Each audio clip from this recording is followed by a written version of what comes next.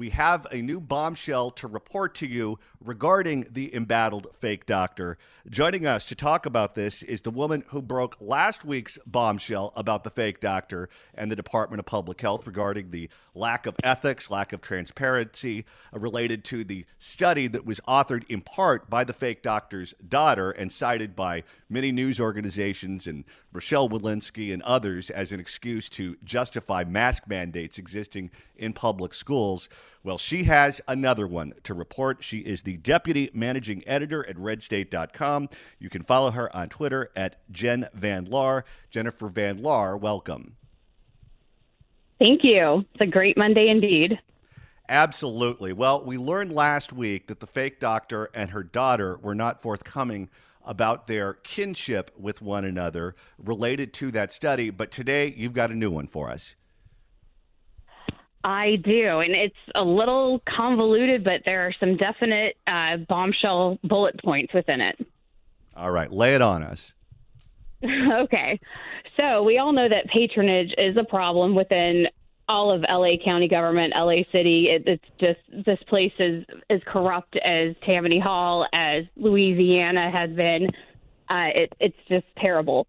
But the public health department had kind of stayed away from being really a part of that while Dr. Fielding was the director. So Ferrer comes to town, and people who have been following Gascon's rise here will see the similarities here. She immediately institutes programs and policies that insulate the longtime career people from any other part of county government, whether supervisors or whatever. So she starts putting in allies in place that will help her to manage this, make sure there's no insurrection. And one of the ways that she can protect herself is by doing favors for her bosses, the Board of Supervisors. So along those lines, former Supervisor Ridley Thomas had a legal affairs deputy. I can't remember the exact title because all those county titles are bureaucratic. But this deputy, her husband, had just gotten out of prison on public corruption-related charges and needed a job. So Ridley Thomas goes to Ferrer and says, oh, hey, you have a spot for this guy here. And she puts him in as a communications PR manager, about just 2 levels under her. And he, from what I'm hearing from employees, is part of the group that watches everyone and then retaliates and enforces Ferrer's orders. It's also part of environmental health, and he's part of helping ramp up for them to start enforcement efforts over this coming weekend on the mask mandate that she wants to go back to. So let me get this straight. If you are a school and the fake doctor institutes this requirement that everyone wear a mask in the public school, or you own a diner, or you own a tire shop, or you have a small business of some sort, or maybe it's just that you manage a Walmart or you manage a Target, and you refuse to enforce the fake doctor's edict, the department that is going to come down on you, the department that's going to enforce you with the power in theory to, at the end of the road, pull your license from you, has a former criminal working in that enforcement capacity? Right, and not just any garden variety former criminal. He was prosecuted on federal charges of tax fraud is what he pled guilty to, but it was through the Public Corruption Unit, had to do with illegal marijuana dispensaries in Long Beach and some other areas. And his main client was a man who was a twice convicted felon who skirted the rules, had other people set up shell corporations that he really ran of illegal marijuana dispensaries throughout Orange County and LA County, and trafficked a ton, like a literal ton of marijuana through those areas, and was arrested. Not the employee that Ferrer hired, but that guy's former client was arrested with $700,000 in cash, with an AK-47 with a bayonet, with other guns, and he's already a felon. And he had been laundering his money through an attorney in Long Beach and had been paying this DPH employee now over $220,000 in cash over a few years, which then this guy failed to report. And this was adjudicated. So these aren't allegations. These aren't charges. This was something that resulted in a plea bargain? Yeah, all this information is from actual documents from the federal courthouse system that I was able to access. And he actually had taken about $750,000 in cash from 2007 to 2013 or 14, I believe it was, and didn't, and it was literal cash, not just I'm writing you a check kind of cash, took that and did not report that on his taxes, reported zero in income 1 year, and pled guilty to that.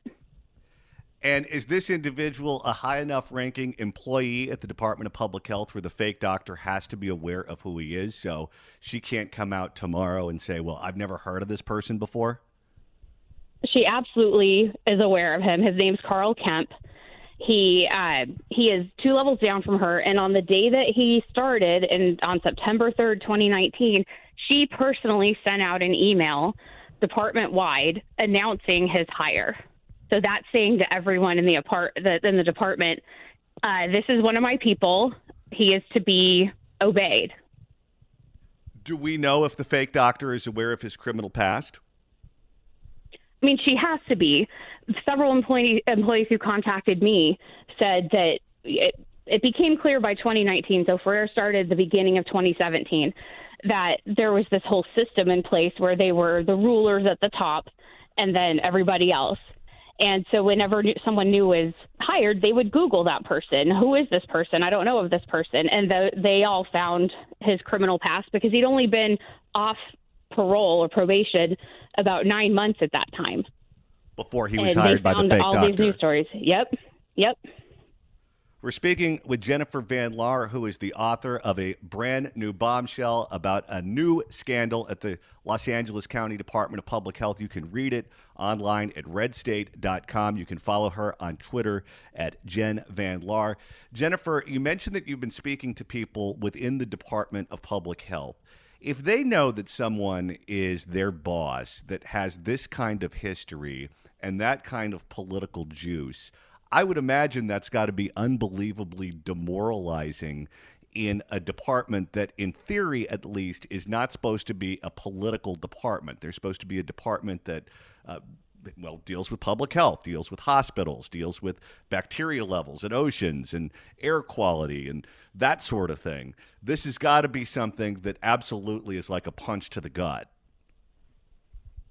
Definitely. And then the fact that this guy also has been convicted of things where he was duplicitous and lying and knowingly breaking the law, that is also intimidating to them, because if they speak up, if they're a whistleblower about anything they see within this department, how do they not know, or how would they feel knowing that this guy could come after them with all of the connections that he has? He could just end up being, and I'm not saying this is what happened, but if I'm an employee there and I'm looking at this, I'm going, I'm going to never work in this county again, or maybe even California, if I am a whistleblower here and these people with all of these connections everywhere. I mean, this guy was pictured with Supervisor Hahn just last year at a Juneteenth celebration, and she was singing his praises.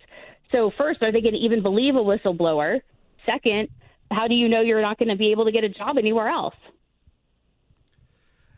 I would imagine if you're working in that office under these conditions and you know that the fake doctor has people, political people, who are there, that they're also untouchable, that they can't be reprimanded, they can't be reined in, because they have political power within county government independent of the fake doctor. Exactly. And then if they're Googling this guy and they see who his wife is, and that she's a legal deputy for then Supervisor Ridley Thomas and now for Holly Mitchell, that just makes the power even more widespread, and that they have attorneys on their side.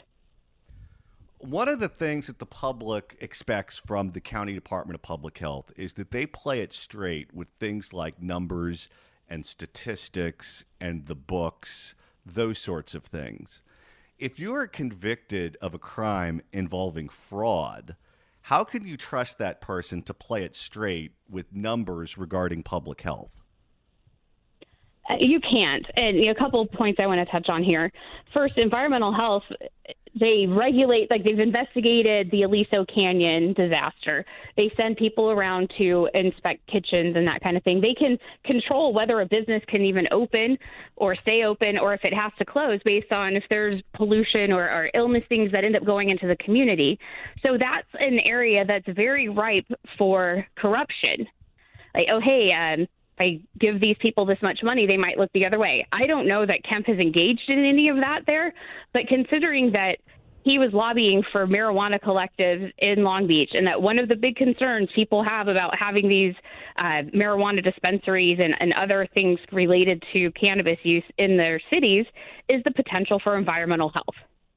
And so he's obviously already shown that he's willing to skirt laws and regulations and ordinances on this issue that now he is in a position to regulate. Well, and right now, it's crazy. With the declaration of an emergency, the Office of the Department of Public Health has power that they typically wouldn't have under normal circumstances. And that power is large in scope, is it not? It is, and especially with the emergency declaration or state of emergency still ongoing, that gives them almost unlimited power of enforcement, which is they're ramping up to use coming up this weekend. And this guy, one of the other point is that I'm not against people who make a mistake, take ownership, and they come back in the community, and they obviously have to live the rest of their lives.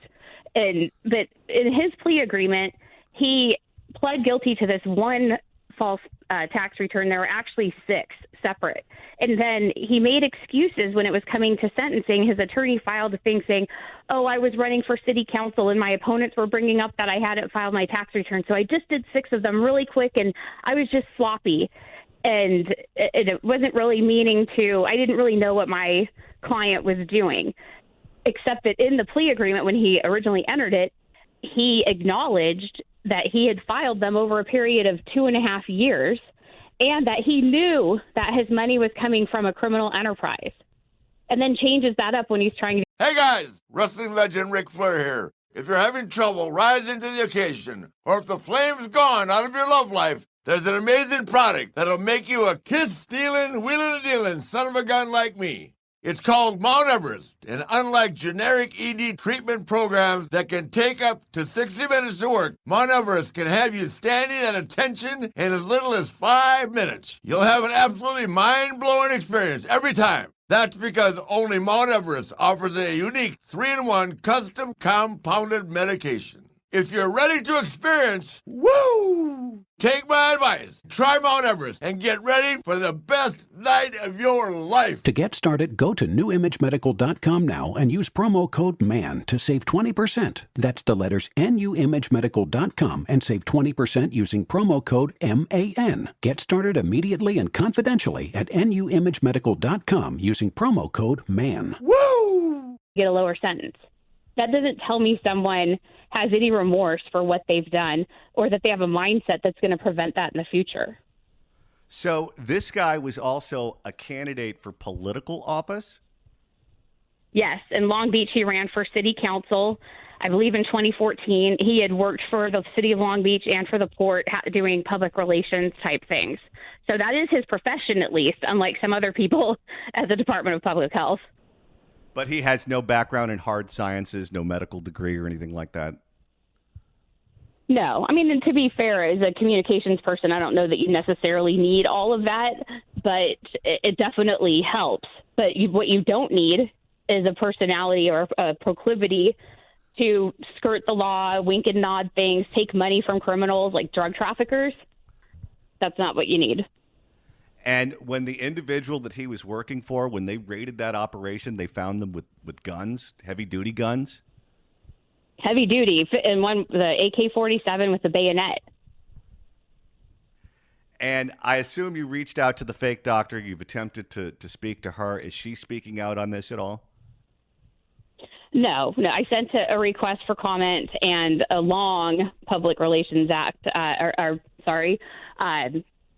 Public Records Act request on Friday asking for information about his hiring, because they don't have a ban the boxing. They have a fair chance initiative. However, something like this should be delved into when he's in the hiring process. And Ferrer and her deputies should have looked into exactly what these charges were about and all of the details. Yeah, I would imagine even if you do have a ban the box ordinance, you can't, for example, have someone who's been convicted of sex crimes working with children, or someone who's been convicted of crimes against animals working in animal services. You can't allow that to happen. Right. You wouldn't put a crooked prosecutor back as the DA. Well, you can elect them. Jennifer Van Laar, Deputy Managing Editor at RedState.com. Explosive information detailing the widespread corruption and complete lack of ethics at the Los Angeles County Department of Public Health under Barbara Ferrer, Director Barbara Ferrer. And if people want to read this, where can they find it right now? RedState, it publishes in 30 minutes. All right. RedState.com at the top of the hour. Jennifer Van Laar, excellent work. Thank you so much. Thank you.